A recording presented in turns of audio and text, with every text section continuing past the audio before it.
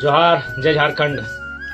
व्यक्ति रहे या ना रहे, उनकी यादें रहनी चाहिए। यादों के क्रम में आज, जैसा कि सभी जानते हैं, 3 महीना से हम अपने जो मेरा पैतृक आवास है, मेरे पूर्वजों का घर, दादाजी पिताजी, वहाँ छोड़कर मैं अपने मामा घर, जो नाना नानी का आवास होता है, वहाँ निवास कर रहा हूँ।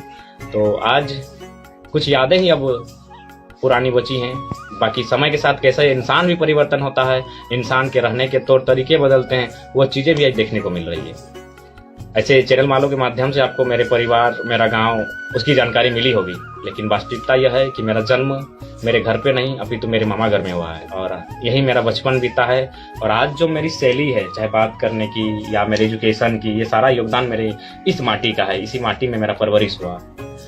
ये आंगन, ये लोकेशन आप देख सकते हैं। ये आंगन, चारों तरफ मिट्टी के मकान, और झारखंड का मतलब ये मिट्टी, मिट्टी के मकान। ये चारों तरफ लोकेशन, छोटा सा आंगन, ये लोकेशन को देख सकते हैं।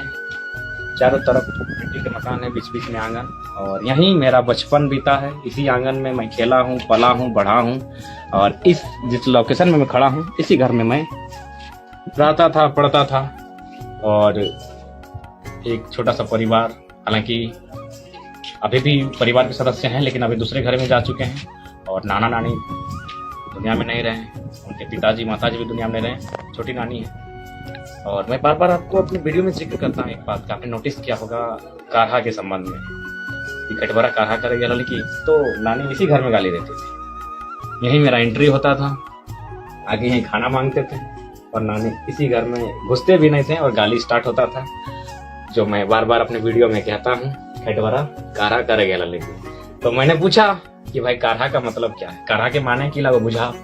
नानी ने नहीं बताया। उनके जो ससुर जी थे, यानी मेरे नाना के पिताजी, वे उस घर में रहते थे। आप लोकेशन को देख सकते हैं, उस घर में वे रहते थे। उन्होंने यहीं पे खाट को यहीं बिछाया, इसी जगह पर खाटी, खाटी आप समझ रहे, खाटी, उस खाटी को यहीं पर बिछाया, और उन्होंने बताया कि काढ़ा का क्या मीनिंग है। तो ये घर, ये आंगन, ये पूरा गाँव यादों से जुड़ा हुआ है। मेरा बचपन, मेरा जन्म, मेरी प्राइमरी तक की शिक्षा, एजुकेशन यहीं पर हुई है। और ये क्रिकेट खेलना यहीं से सीखा है मैंने। और कहीं ना कहीं आज जो स्पीकिंग कैपेसिटी है, इस मिट्टी का भी देन है। यहीं के लोग, मेरे नाना नानी, उनके पिताजी माताजी, मौसा मौसी, और भी मेरे मामा मामी, सबका सहयोग रहा है, जिस कारण आज मुझ में अगर कुछ भी थोड़ा सा जस्ट इम्प्रूवमेंट है, इन्हीं कारणों से।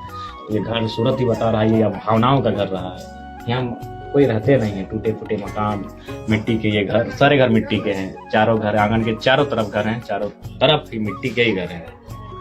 तो आप देख सकते हैं मेरा बचपन जहाँ बीता है, अब उसकी हालत क्या हो चुकी है। लोग अब यहाँ नहीं रहते। मैं इसलिए बार बार कहता हूँ कि इंसान समय के साथ परिवर्तन हो जाता है। उनके रहन सहन में, उनके पहनाव में, उनके खान पान में, उनके घर में भी परिवर्तन होता है।